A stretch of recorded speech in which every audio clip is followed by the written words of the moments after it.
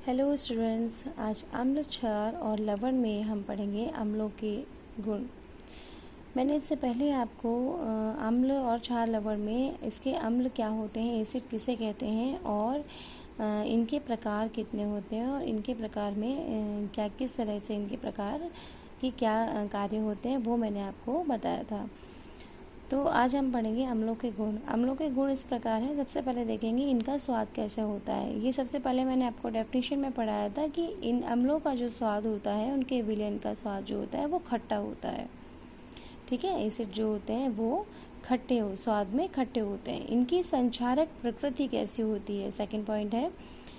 सांद्र खनिज अम्ल जैसे सल्फ्यूरिक अम्ल यानी H2SO4 और नाइट्रिक अम्ल यानी HNO3 ये जीव ऊतकों और कपड़ों, कागज तथा धातुओं पर प्रहार करते हैं, यानी इन पर अम्लों की जो एसिड्स की तीव्र अभिक्रिया होती है, तीव्र रिएक्शन होती है, जिससे ये चीज़ें जल्दी खराब होते हैं।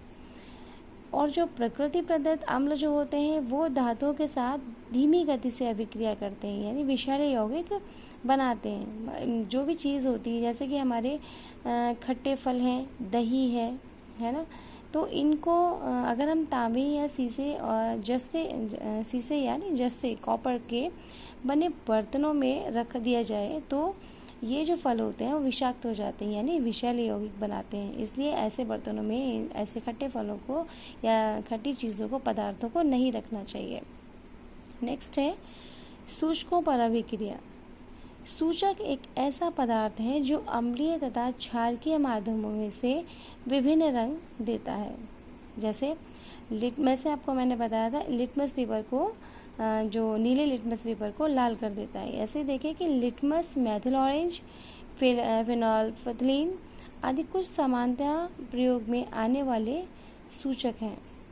अम्ल तथा उनके विलयन नीले लिटमस पेपर को लाल कर देते हैं, परिवर्तित कर देते हैं, इनके कलर को चेंज कर देते हैं, लाल में परिवर्तित कर देते हैं। ये मैंने आपको पहले भी बताया था। इसके बाद है धातुओं के साथ अभिक्रिया। अम्ल जो होते हैं अधिकतर धातुओं के साथ अभिक्रिया करके लवण बनाते हैं तथा हाइड्रोजन गैस उत्पन्न होती है।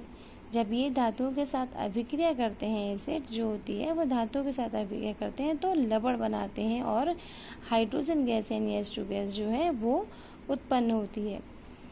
तनु सल्फ्यूरिक अम्ल तथा हाइड्रोक्लोरिक अम्ल H2SO4 और हाइड्रोक्लोरिक अम्ल यानी HCl धातुओं जैसे मैग्नीशियम तथा जिंक के साथ अभिक्रिया करके लवण तथा हाइड्रोजन गैस बनाते हैं। मैं आपको रिएक्शन बताती हूँ कि इस तरह की रिएक्शन होती है।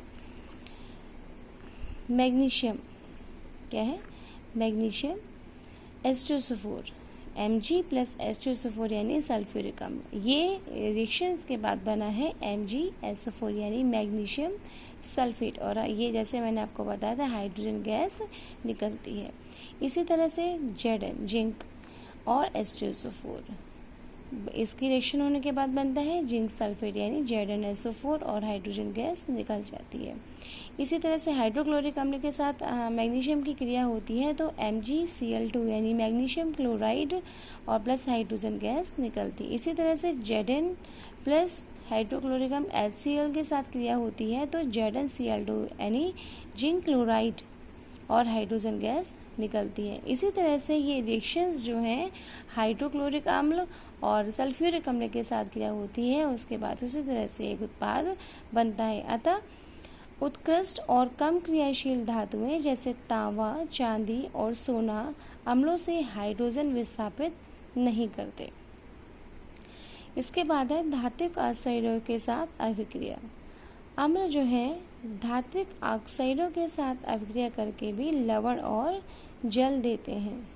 ठीक है, जैसे देखिए CaO कैल्शियम ऑक्साइड, इसका हम हाइड्रोक्लोरिक अम्ल के साथ क्रिया करते हैं, HCl के साथ क्रिया करते हैं कैल्शियम ऑक्साइड की, तो रिएक्शन बनती है हमारी CaCl2 यानी कैल्शियम Ca और क्लोराइड Cl2, और हमारे इसके बाद हमारा जल बनता है H2O। इसके बाद जिंक ऑक्साइड यानी ZnO, इसके हम सल्फ्यूरिक अम्ल के साथ H2SO4 के साथ क्रिया करते हैं तो बनता है ZnSO4 यानी जिंक सल्फेट प्लस H2O यानी पानी।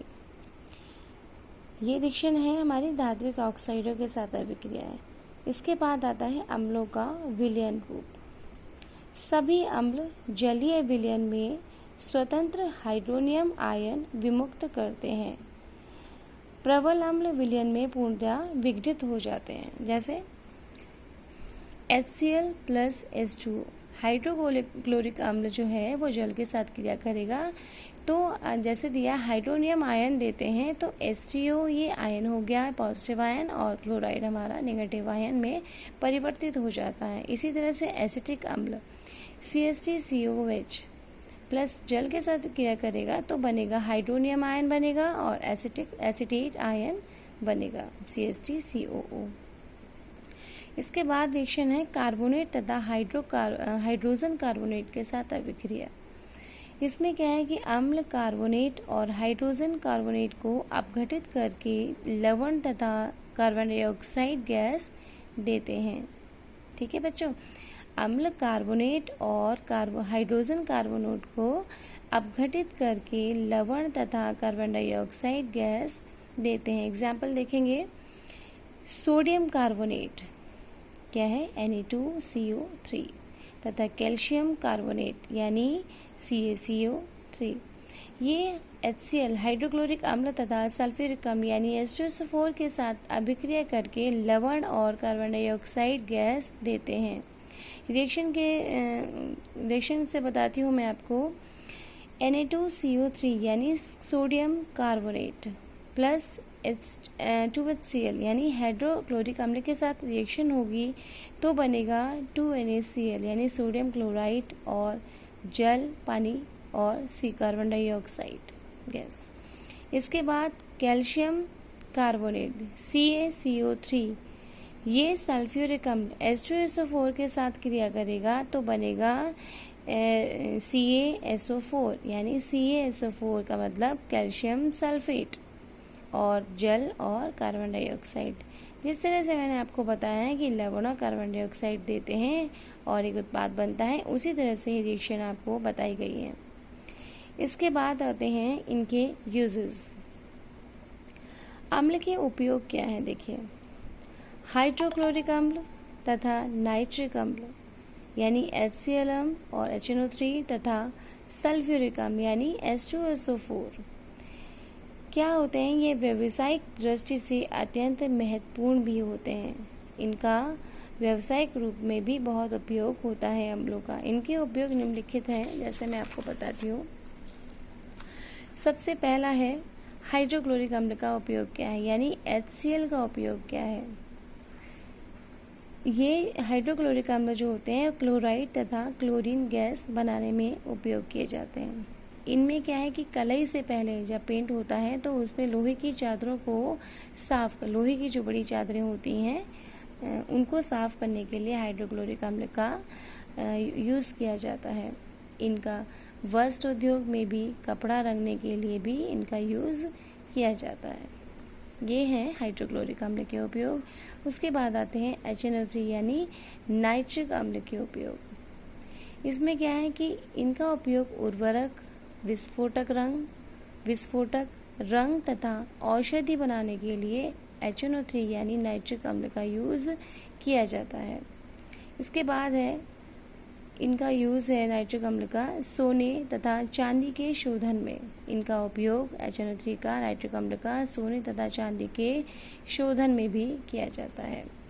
इसके बाद आता है तीसरा सल्फ्यूरिक अम्ल। अभी तक हमने इन्हीं की रिएक्शंस आपको दिखाई हैं। जितनी भी अम्ल के साथ रिएक्शन हुई है वो HCl, HNO3 नाइट्रिक अम्ल और H2SO4 सल्फ्यूरिक अम्ल के साथ इनकी रिएक्शन हुई है और इन्हीं का इनके साथ यूजेस मैं आपको बता रही हूँ। सल्फ्यूरिक अम्ल का यूज़ क्या है, उर्वरक, धावन पाउडर, धोने वाला पाउडर, प्लास्टिक, कृत्रिम रेशे बनाने में H2SO4 यानी सल्फ्यूरिक अम्ल का यूज़ किया जाता है।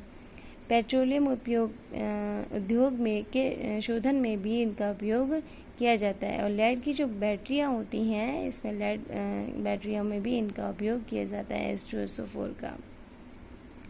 तो बच्चों ये मैंने आपको अम्ल के गुण और इनके जिस जिस HCl के साथ, हाइड्रोक्लोरिक अम्ल के साथ, HNO3 नाइट्रिक अम्ल के साथ क्रिया, सल्फ्यूरिक अम्ल के साथ क्रिया, किस तरह से इनकी रिएक्शन होती हैं, रिएक्शन के बाद क्या उत्पाद बनता है और इनके यूजेस क्या क्या हैं। इसका मतलब मैंने आपको अम्ल क्या होते हैं और अम्ल के प्रकार क्या हैं और अम्ल के जो गुण हैं उनके सारी रिएक्शंस और आपको उसके यूजेस बता दिया है।